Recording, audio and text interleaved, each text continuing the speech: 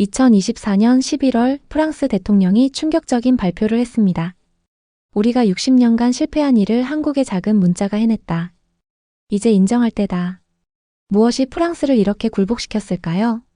아프리카 세네갈 3억 인구의 70%가 문맹이었던 이 대륙에서 단 3년 만에 기적이 일어났습니다. 1억 명이 읽고 쓸 수 있게 된 것입니다. 프랑스가 식민지배 60년간 해내지 못한 일을 한글이 해낸 겁니다. CNN은 이렇게 보도했습니다. 21세기 최대의 교육혁명이 아프리카에서 일어나고 있다. BBC는 세종대왕의 600년 전 꿈이 아프리카에서 실현됐다고 전했습니다. 오늘 우리는 이 믿기 어려운 이야기의 전말을 파헤쳐 보겠습니다. 대체 무엇이 한글을 이렇게 특별하게 만들었을까요? 먼저 프랑스가 왜 실패했는지 살펴보겠습니다. 1960년 세네갈 독립 이후 프랑스는 프랑코포니 정책을 통해 아프리카 15개국의 프랑스어 교육을 강요했습니다. 연간 5억 유로, 우리 돈 7천억 원을 쏟아부으며 60년간 지속한 거대한 프로젝트였습니다. 하지만 결과는 참담했습니다. 세네갈 초등학교 중퇴율이 60%를 넘었고 말리는 65%, 부르키나파소는 무려 70%에 달했습니다. 10명 중 7명이 초등학교도 제대로 졸업하지 못한 것입니다. 왜 이런 일이 벌어졌을까요? 첫 번째 문제는 언어의 복잡성이었습니다. 프랑스어는 라틴어에서 파생된 굴절어로 동사 변화만 수십 가지입니다. 아프리카 아이들이 사용하는 월로프어나 밤바라어와는 언어 계통 자체가 완전히 달랐습니다. 두 번째는 문화적 거리감입니다. 프랑스어로 된 교과서에는 눈 내리는 겨울, 포도밭, 성당 같은 내용이 가득했습니다. 적도 근처에서 사는 아이들에게는 완전히 낯선 세계였죠. 한 세네갈 교사는 이렇게 증언했습니다. 아이들이 프랑스어 수업 시간에는 벙어리가 됩니다. 쉬는 시간에 월로프어로 떠드는 그 활기찬 모습은 온데간데 없어요. 세 번째는 강요 방식의 한계였습니다.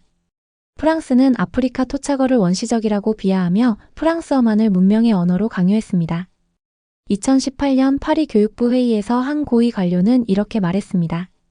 아프리카 언어로 어떻게 과학을 가르칩니까? 그런 원시적인 언어들로는 현대 문명을 표현할 수 없어요.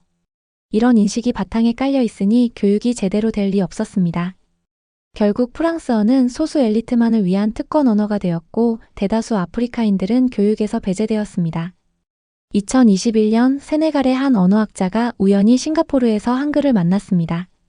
소피아 은벤가 박사, 그녀는 파리에서 언어학을 전공한 엘리트였지만 고향의 현실에 절망하고 있었습니다.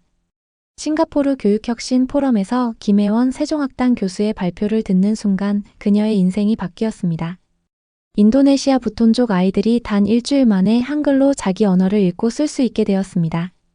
한글의 과학적 원리를 이해한 순간 은벤가 박사는 깨달았습니다.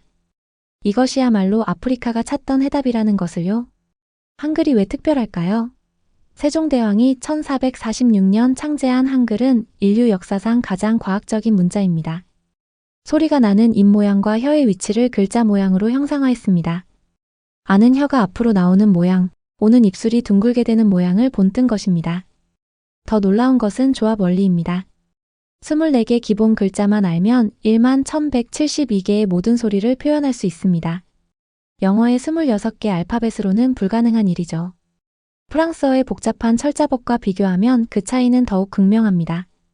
은벤가 박사가 고향 마을에서 시작한 실험은 충격적이었습니다.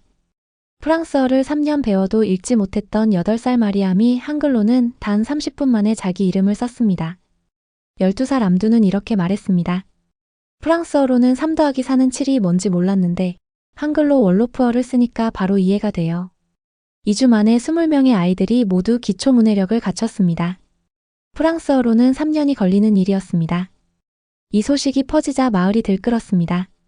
문맹이었던 어머니들이 처음으로 아들에게 편지를 쓸 수 있게 되었으니까요. 한글의 성공은 입소문을 탔습니다. 먼저 종교 지도자들이 움직였습니다. 70세 이맘 셰이크 디오프는 모스크에서 한글 수업을 열었습니다. 40년간 아이들에게 코란을 가르쳤지만 대부분 아랍어를 외우기만 했어요. 이제는 우리말로 쓰고 이해할 수 있게 됐습니다. 여성들의 변화는 더욱 극적이었습니다. 45세 야채 상인 아이사투는 평생 문맹으로 살았지만 한글을 배운 후 여성 상인 조합을 만들었습니다. 한글로 장부를 작성하기 시작하자 중간 상인들의 착취에서 벗어날 수 있었고 수익이 2배로 늘었습니다. 6개월 만에 놀라운 일이 벌어졌습니다. 세네갈 대통령이 직접 마을을 방문한 것입니다. 8살 마리암이 한글로 쓴 편지를 읽어주자 대통령은 감격했습니다.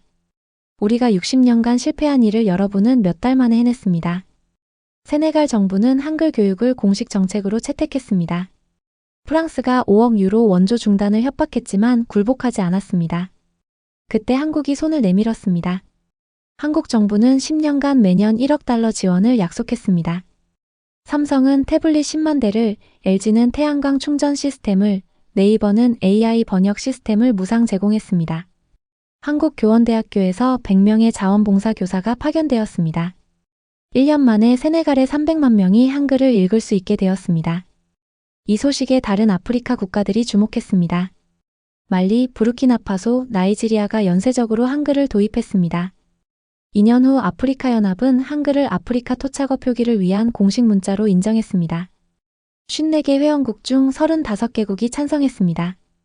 프랑스와 일부 아랍 국가들은 반대했지만 대세를 막을 수 없었습니다.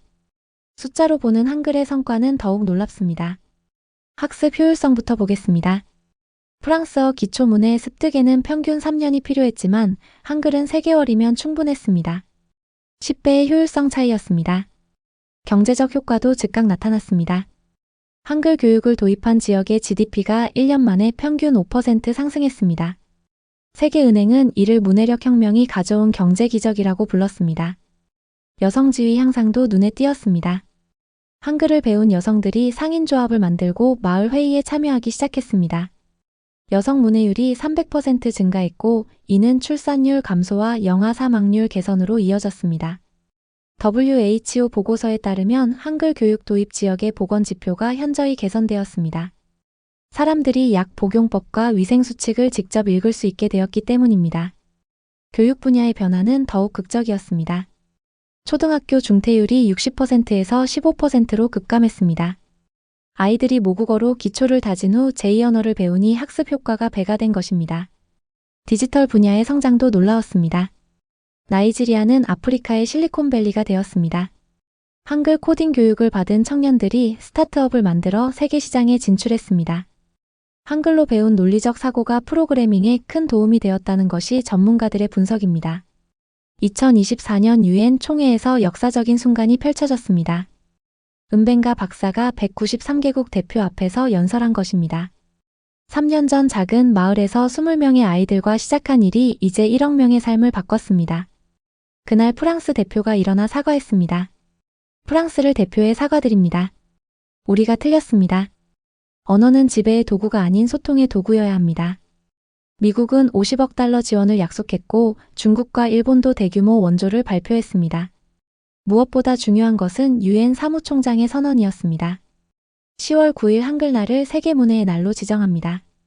프랑스의 태도 변화는 상징적이었습니다. 작년 프랑스 대통령이 세네갈을 방문했을 때 한글로 연설문을 준비해왔습니다.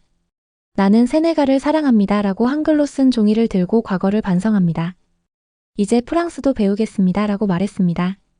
세계 언론들도 한글의 성공을 인정했습니다. 르몽드는 한국이 이룬 아프리카의 기적이라는 제목으로 피가로는 세종대왕의 꿈 600년 만에 아프리카에서 실현되다라는 기사를 실었습니다. 한글이 프랑스어를 이긴 결정적 요인들을 정리해 보겠습니다. 첫째, 과학적 설계입니다. 한글은 인간의 발음 기관을 분석해서 만든 표현 문자입니다. 어떤 언어든 정확히 표기할 수 있는 범용성을 갖췄습니다. 반면 로마자는 라틴어를 위해 만들어진 것이라 다른 언어를 표기하는 데 한계가 있었습니다. 둘째, 학습자 중심 접근법입니다. 한글 교육은 아프리카인들의 모국어를 존중하고 그것을 표기하는 도구로 활용했습니다. 프랑스어처럼 외국 문화를 강요하지 않았습니다. 셋째, 기술과 인간적 접근의 결합입니다. 한국은 최신 디지털 도구를 제공하면서도 현지 문화를 존중하는 자원봉사 교사들을 파견했습니다. 일방적 원조가 아닌 상호 존중의 파트너십이었습니다. 넷째, 지속적 지원 시스템입니다. 한국 정부는 10년 장기 지원을 약속했고 기업들도 지속적으로 참여했습니다. 단발성 지원이 아닌 체계적 접근이었습니다. 이러한 성공 사례는 우리에게 중요한 교훈을 줍니다. 진정한 교육은 강요가 아닌 공감에서 시작되며 지배가 아닌 협력을 통해 이뤄진다는 것입니다. 현재 아프리카 15개국 1억 명이 한글로 읽고 쓸 수 있게 되었습니다. 아프리카 대륙의 문맹률은 70%에서 20%로 급감했습니다. 이는 인류 역사상 가장 빠른 문해력 혁신입니다. 더 놀라운 것은 미래의 가능성입니다. 내년부터 유엔 공식 문서도 한글 표기가 가능해집니다. 인도, 베트남 등 다른 국가들도 소수민족 언어 보존을 위해 한글 도입을 검토하고 있습니다.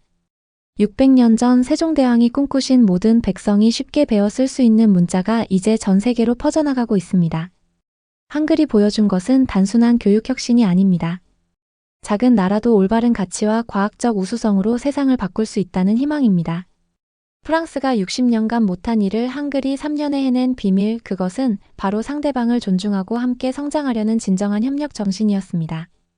이것이야말로 21세기가 추구해야 할 진정한 글로벌 리더십의 모습이 아닐까요?